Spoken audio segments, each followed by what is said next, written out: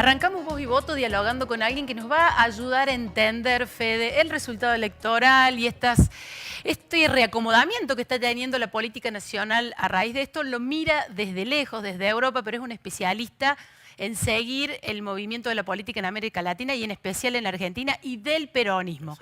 Estoy hablando de Loris Sanata, que está en comunicación con nosotros. Muchas gracias, Loris, y arranco ya aprovechándote, pidiéndote una percepción del resultado electoral de Argentina, este triunfo tan contundente, sobre todo por una diferencia inesperada sobre el peronismo de Javier Milei. Bueno, en primer lugar, muchas gracias por invitarme, por darme la oportunidad.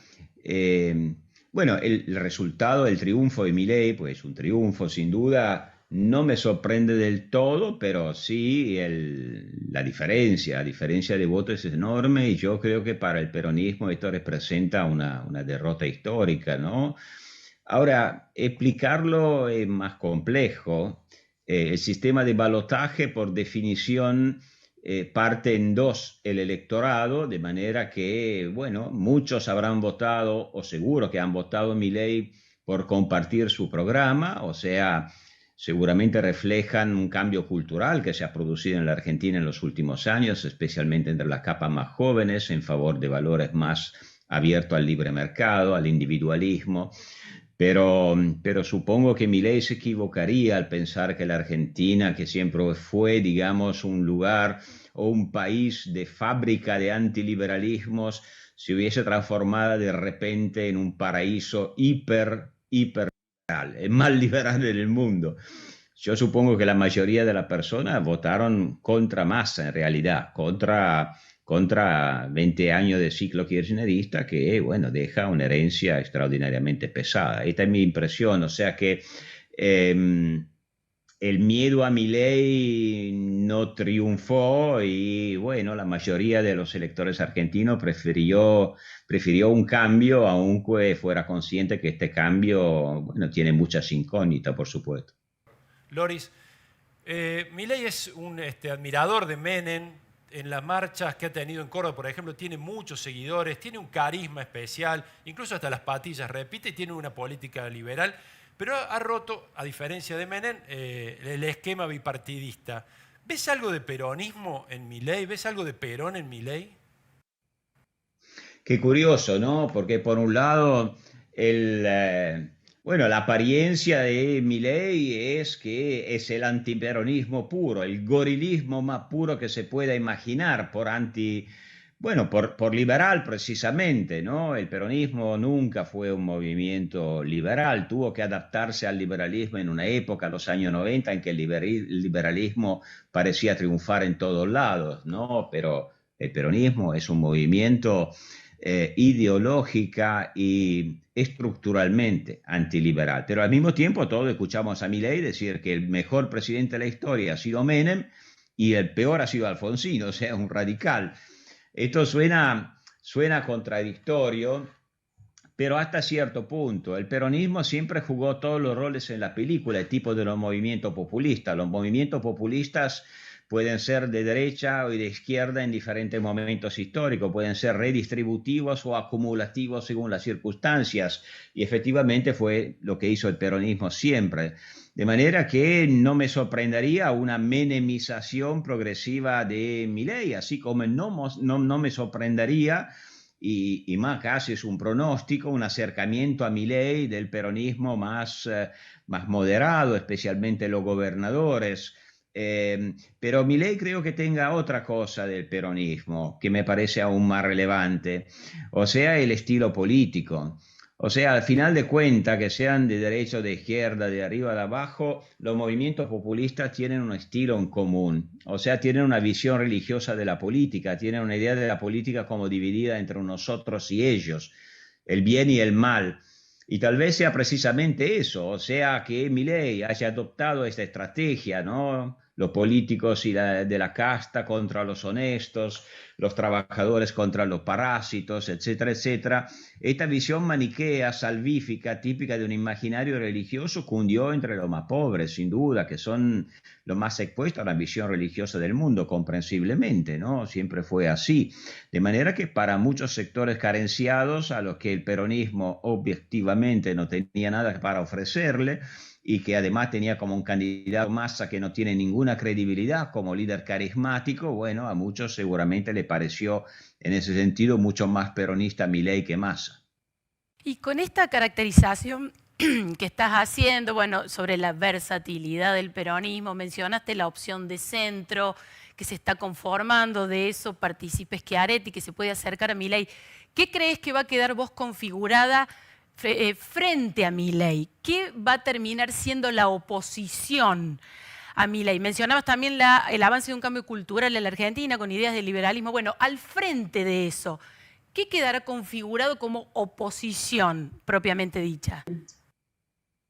Esta es una pregunta a la que es muy difícil contestar en este momento y creo que nadie lo sepa en realidad, porque mucho depende de cómo actuará Milei. O sea, ¿cómo actuará Milei? ¿Milei seguirá jugando al antisistema ahora que está en el gobierno? O sea, jugar al loco para ganar elecciones en un contexto de gran polarización funciona. Y Milei en ese sentido fue genial, logró triunfar en las elecciones, pero después, claro, que cuando uno está en el gobierno tiene que transformarse en un estadista, pero no sabemos si Milei sabe transformarse en un político, en un estadista, tejer alianzas, alianzas a qué precio, alianza con quién, de manera que es muy difícil. Seguramente gobernadores como Schiaretti, ¿no?, que terminaron dándole su apoyo, tendrán más cartas en sus manos para negociar, porque claro que todo se deberá negociar. Ahora, ¿quién será la oposición a Milei? No sé, yo supongo, me imagino, que el peronismo no sacará todas las conclusiones que debería sacar de su derrota. No lo hizo en el pasado y dudo que lo haga esta vez. O sea, difícilmente el peronismo reflejará sobre su relación con la democracia de tipo liberal, sobre su cultura política, que sería realmente la tarea que le tocaría. No, muy probablemente, como siempre, habrá un peronismo más negociador, especialmente los gobernadores, será la más moderada del peronismo, que intentará cooptar el mileísmo, menemizarlo, decía.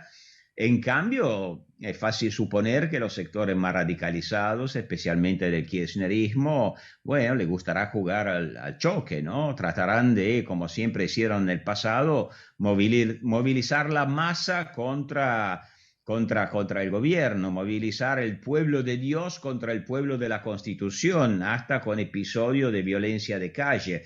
Espero que no, pero no me sorprendería. Escucho que hablan ya de resistencia, como si en lugar de haber ganado un presidente constitucional, guste o no guste, hubiese habido una invasión extranjera en el país. Este es muy peligroso. Loris, y desde Europa, ¿se ve a Milei como parte de un esquema que se fue repitiendo en otros países? Donald Trump, Bolsonaro, ahora Milei acá en Argentina, digamos, ¿hay una lógica mundial que también explique la aparición de un líder de ultraderecha como Milei? Sí, sin duda. Visto desde Europa, las generalizaciones son al orden del día, ¿no? Y tienen sentido, ¿no? O sea, el mismo Milei firmó la Carta de Madrid, o por lo menos está demostrando apoyo y admiración para precisamente esos personajes, desde Vox a Bolsonaro a Trump, de manera que es su familia política, o por lo menos él dice reconocerse en esa familia política, de manera que desde Europa se hace una lectura generalizada que no es del todo equivocada, pero al mismo tiempo con mucha simplificación. Porque claro, para entender el fenómeno Milei hay que entender antes el fenómeno kirchnerista, porque sin kirchnerismo no hay Milei, por supuesto, ¿no? Como todos los populismos, el kirchnerismo se fabricó su opuesto. Y lo que no se entiende en Europa y que los fenómenos populistas latinoamericanos no son, como se lo llama muchas veces en la prensa de Europa, fenómenos de centro-izquierda. Son categorías que no tienen ningún sentido. Los fenómenos populistas latinoamericanos, como el chavismo, más radical, como el kirchnerismo y muchos otros, no son fenómenos de centro-izquierda, son fenómenos de otro tipo, son fenómenos que no pertenecen al horizonte de la liberal democracia. Y por lo tanto, fenómenos tan radicales de ese tipo que acumulan poder, que no respetan la separación de poderes, que son sospechosos hacia el pluralismo, bueno, generan después como reacciones, oposiciones tan radicales como la de Milei. Esto sí les cuesta a los europeos entenderlo. Te quiero consultar por el rol de Mauricio Macri. ¿Vos crees que va a funcionar como un moderador de Milei, como un